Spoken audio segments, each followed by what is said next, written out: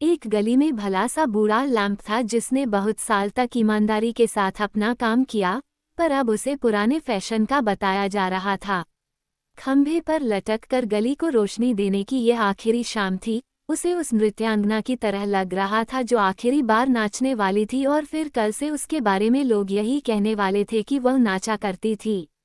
Lamp को आने वाले दिन का बड़ा डर था, क्यों उसको बताया गया था कि शहर की परिषद के 36 आदमी उसका मुआयना करने वाले थे। वे ही ये तय करने वाले थे कि लैंप आगे काम के लिए ठीक है या नहीं, और अगर है तो किस काम के लायक है। वे कह सकते थे कि उसे किसी छोटे पुल पर लगा दिया जाए या किसी फैक्ट्री को बेच दिया जाए, और या बिल्कुल बेकार कह दिया जाए। इसका मतलब ये कि उसे पिघला दिया जाएगा और फिर उसको कुछ और बना दिया जाए, पर उसे फिक्र थी कि फिर उसे याद भी रहेगा या नहीं कि वह गली का लैंप था। जो भी हो, एक बात तय थी, कल वह रात के चौकीदार और उसकी पत्नी से बिछुड़ जाएगा। इसका उसे दुख था, क्योंकि वे उसके परिवार की तरह थे। जिस साल यह आदमी चौकीदार बना उसी रात उसे टांगा गया था। उसकी पत्नी उम्र में कम और बददिमाग थी। वह सिर्फ रात के वक्त उसे देखती थी, दिन में एक बार भी उसकी तरफ नजर नहीं डालती थी। इधर कुछ सालों से जब से ये तीनों चौकीदार, उसकी पत्नी और लैंप बूढ़े होने लगे, उसकी औरत ने लैंप का ध्यान रखना शुरू किया। वो उसे पॉलिश करती थी, उसमें तेल भरती थी। बूढ़ा दंपति ईमानदार था, उन्होंने कभी लैंप के तेल की एक बूंद भी नहीं चुराई थी। वह आखिरी रात थी जब लैंप पटरी पर रोशनी डाल रहा था। कल उसे टाउन हॉल के एक कमरे में ले जाया जाएगा। इन दो बातों से वह इतना उदास था कि उसकी लौ कांपने लगी, उसके मन में पुरानी यादें आने लगीं। उसने इतने अजीब दृश्यों पर रोशनी डाली थी जितनी वे 36 सदस्य मिलकर भी नहीं देख सकते थे। पर यह बात वह कभी कह नहीं सकता था, क्योंकि वह अधिकारियों की बहुत इज्जत करता था। बूढ़ों को बीती बातें याद करना बहुत अच्छा लगता है। हर बार जब वह कोई बात याद करता तो उसके अंदर की बत्ती तेज हो जाती थी। लैंप ने सोचा, जैसे मैं उन्हें याद करूंगा वैसे ही वे भी मुझे याद करेंगे। बहुत साल पहले मेरे नीचे खड़े हुए एक जवान आदमी ने गुलाबी कागज पर किसी औरत के हाथ का लिखा हुआ एक पत्र खोला। उसने उसे 2 बार पढ़ा, फिर चूमा। फिर उसने मेरी तरफ देखकर कहा, मैं सबसे ज्यादा खुश हूँ। उसकी प्रेमिका ने उसे प्यार भरी चिट्ठी लिखी थी, सिर्फ मैं और वही जानते थे। मुझे एक और जोड़ा आंखें याद आ रही हैं, किसी के विचार कितनी अजीब तरह कूद सकते हैं। किसी का अंतिम संस्कार था। इसी गली में रहने वाली एक जवान और रईस औरत मर गई थी। 4 काले घोड़े मुर्दा ढोने वाली गाड़ी को ले जा रहे थे। ताबूत फूलों से ढांका था। अफसोस करने वाले उसके पीछे हाथों में टॉर्च लिए चल रहे थे। इतनी रोशनी में मेरी रोशनी फीकी पड़ रही थी। पर जब जुलूस चला गया और मुझे लगा कि फिर एक बार गली खाली हो गई है, अचानक मैंने देखा कि ठीक मेरे नीचे खड़ा कोई रो रहा था। मैं अपनी तरफ देखती, उन दुख भरी आंखों को कभी नहीं भूल सकता। लैंप को आखिरी बार चमकते वक्त यह सब बातें याद आ रही थीं। जब एक चौकीदार अपनी पारी खत्म करके जाता है तो अपनी जगह आने वाले से कुछ बातें करके जाता है, पर लैंप को ये भी नहीं मालूम था कि उसकी जगह कौन आने वाला है जिससे वह उसे कुछ सलाह दे सके। हवा के बारे में कुछ बताए कि वह किस तरफ से आती है, या चंद्रमा के बारे में कि वह कैसे पटरी पर चमकता है। नीचे नाली में 3 लोग थे जो गली को रोशनी देने वाले की जगह खाली होते ही खुद वहां आना चाहते थे, ये सोचकर कि लैंप ही अपनी जगह आने वाले का चुनाव करेगा। वे उसके सामने अपने को पेश कर रहे थे। पहला तो सड़ी मछली का सिर था, जो जैसा कि सब जानते ही हैं अंधेरे में चमकता है। उसने बताया कि वह जगह उसे मिलने से तेल की बचत होगी। दूसरा सूखा सड़ा लकड़ी का टुकड़ा था, वह भी चमकता है, और उसने खुद बताया था कि वो पुरानी मछली से ज्यादा चमकता है। वैसे भी वह जंगल के गौरवपूर्ण पेड़ का आखिरी टुकड़ा था। तीसरा जुगनू था। बूढ़े गली के लैंप की समझ में नहीं आ रहा था कि वह कहाँ से आया था, पर वह भी दूसरों की तरह चमक रहा था। पहले दोनों ने दावा किया कि जुगनू हमेशा नहीं चमकता, सिर्फ दौरा पड़ने पर ही चमकता है, इसलिए उसे सही नहीं माना जा सकता। गली के बूढ़े लैंप ने उन्हें समझाने की कोशिश की कि उनमें से किसी में भी गली का लैंप बनने लायक रोशनी नहीं थी, पर तीनों में से कोई भी यह मानने को तैयार नहीं था।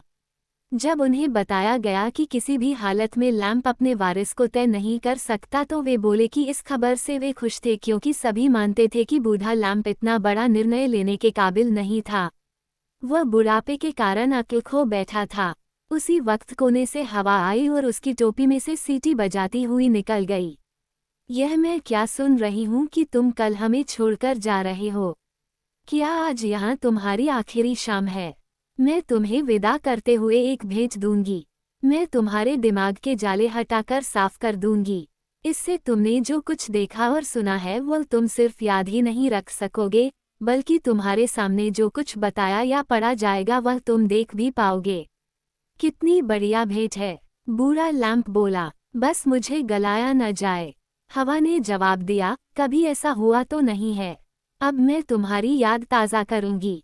अगर तुम्हें मेरे जैसी कुछ और भेंट मिल जाए तो तुम्हारा बुढ़ापा और काम से हटना खुशी से भर उठेगा।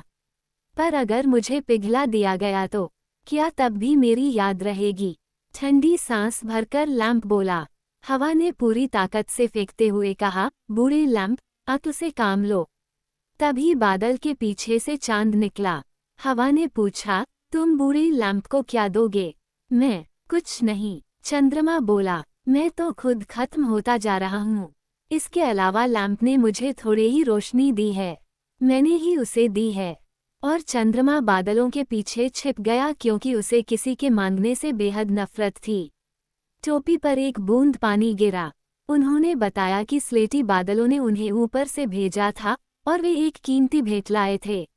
अब हम तुम्हारे अंदर आ गए हैं। तुम एक रात में जंग खा सकते हो जब तुम चाहो, भले कि वह आज रात की ही क्यों ना हो।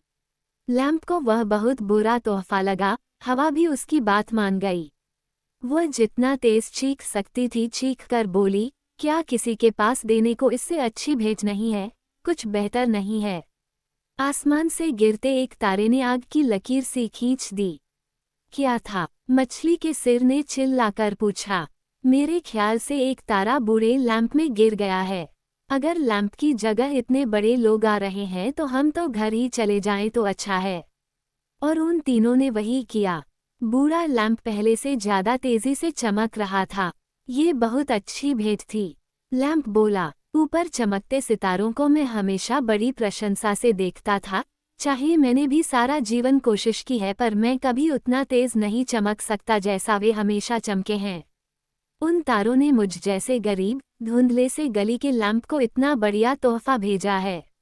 उन्होंने मुझे ये ताकत दी है कि मुझे जो भी याद है वह मैं अपने प्यारों को साफ दिखा सकूं। क्या बढ़िया भेंट है, क्योंकि जो खुशी औरों के साथ बांटी नहीं जा सकती वह आधी रह जाती है।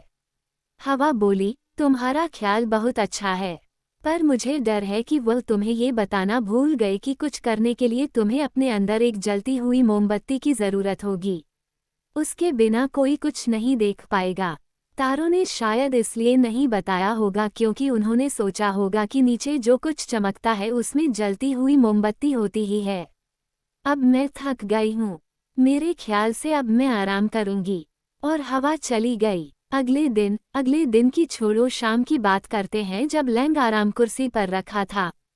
पर कहाँ? रात के बूढ़े चौकीदार के घर में।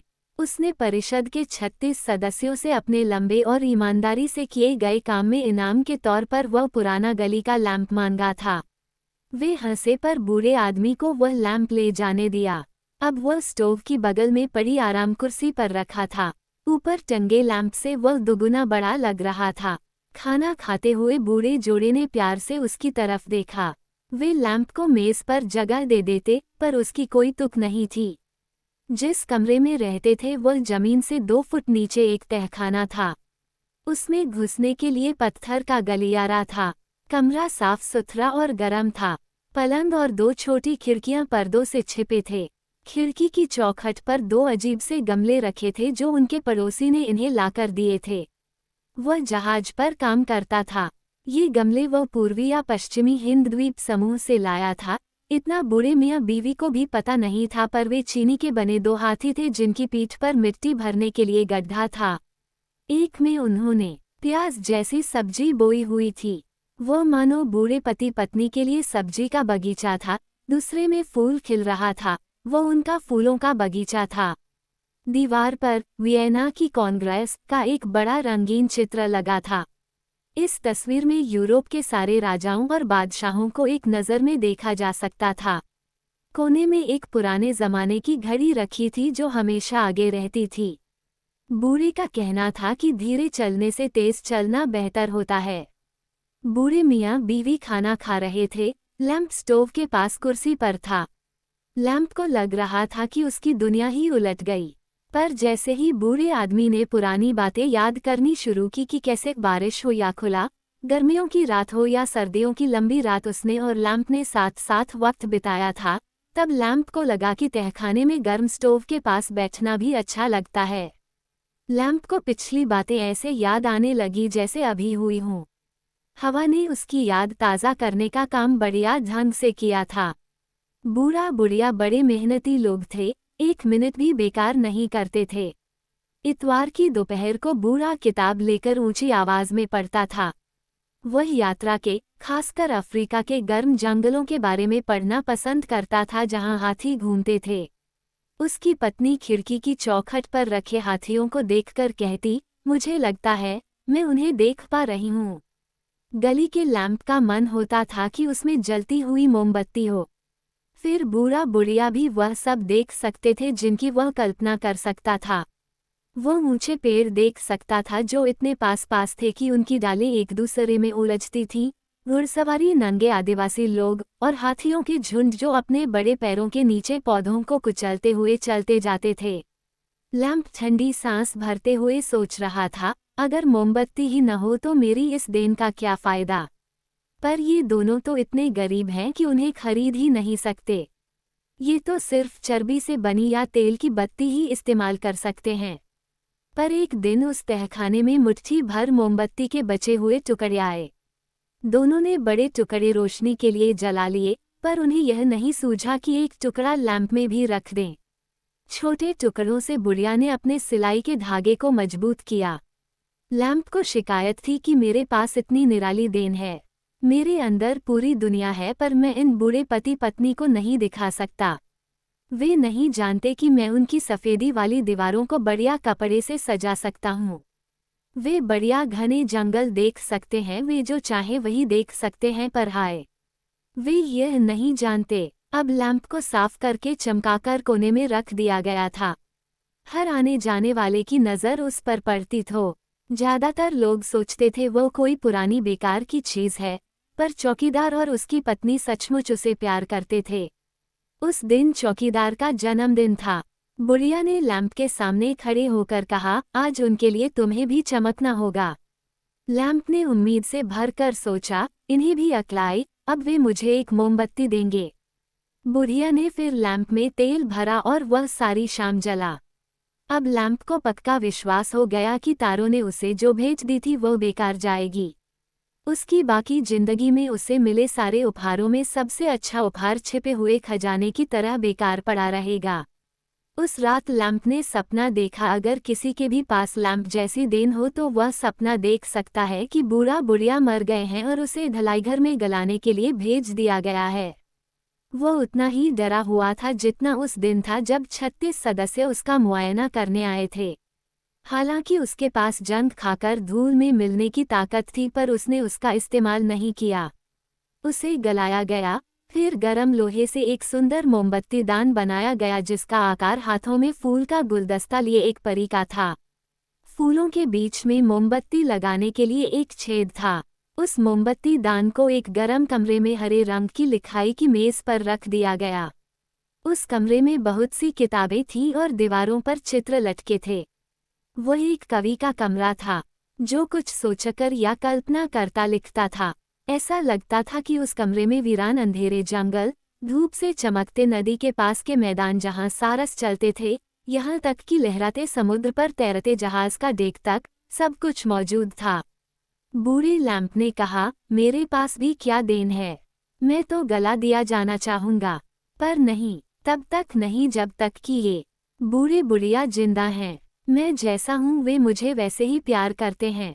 मैं उनके लिए उनके बच्चे की तरह हूँ। उन्होंने मुझे चमकाया, मुझे तेल दिया। वे मुझे वियना की कांग्रेस की तस्वीर की तरह इज्जत देते हैं, जबकि वह तस्वीर ऊंचे दर्जे की है। इसके बाद से बूढ़े लैंप के मन में शांति छा गई। गली का एक इज्जतदार बूढ़ा लैंप होने के नाते यही उसके लिए ठीक भी था।